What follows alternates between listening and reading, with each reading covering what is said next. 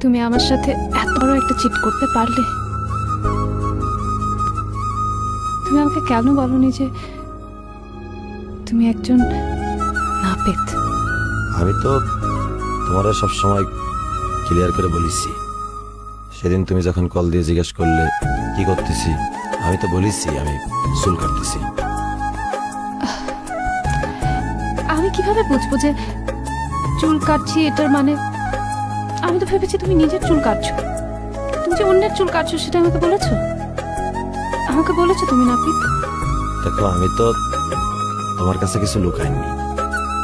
আমার সেলুনে আসা কাস্টমারদের সাথে আমি চুল কাটা অবস্থাতেও টিকটক ভিডিও বানাইছি। তুমি কি একটাও দেখোনি?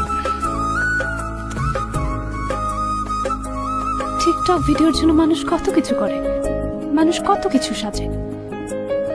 তুমি তো আমাকে পরিষ্কারভাবে বলনি যে তোমার পেশা নাপিতের।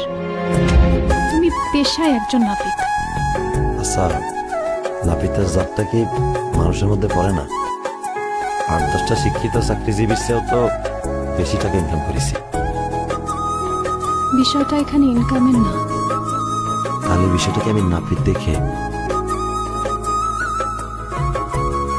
তোমার মনে আছে তুমি একদিন কয়েছিলে যে কাজের মধ্যে কোনো ছোট বড় নেই, সৎভাবে উপার্জন করাটাই মুখ্য বিষয়।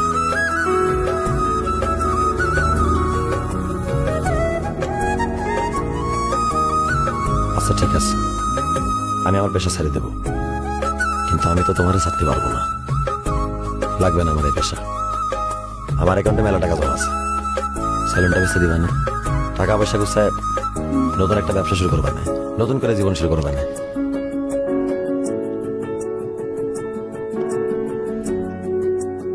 তাতে কি তোমার পরিচয় বদলে যাবে? তোমার সাথে যদি আমার বিয়ে হয়, আমাদের ছেলেমেয়েরা কি পরিচয় বেড়ে উঠবে? শোনো,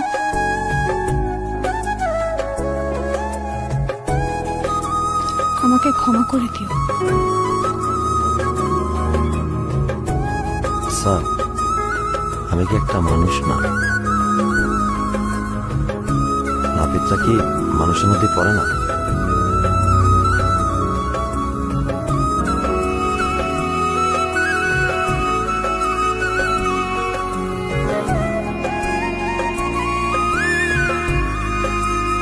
কিন্তু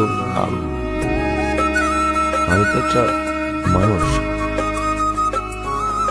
আমি নাপিত দেখে আমার কোনো পরিচয় হতে পারে না।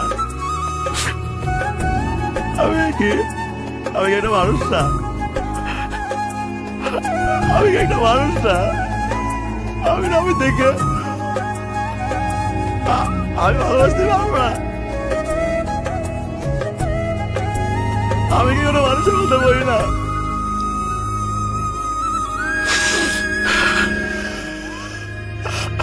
আমি নাপিত মানুষ না? আমি কোনো মানুষ না?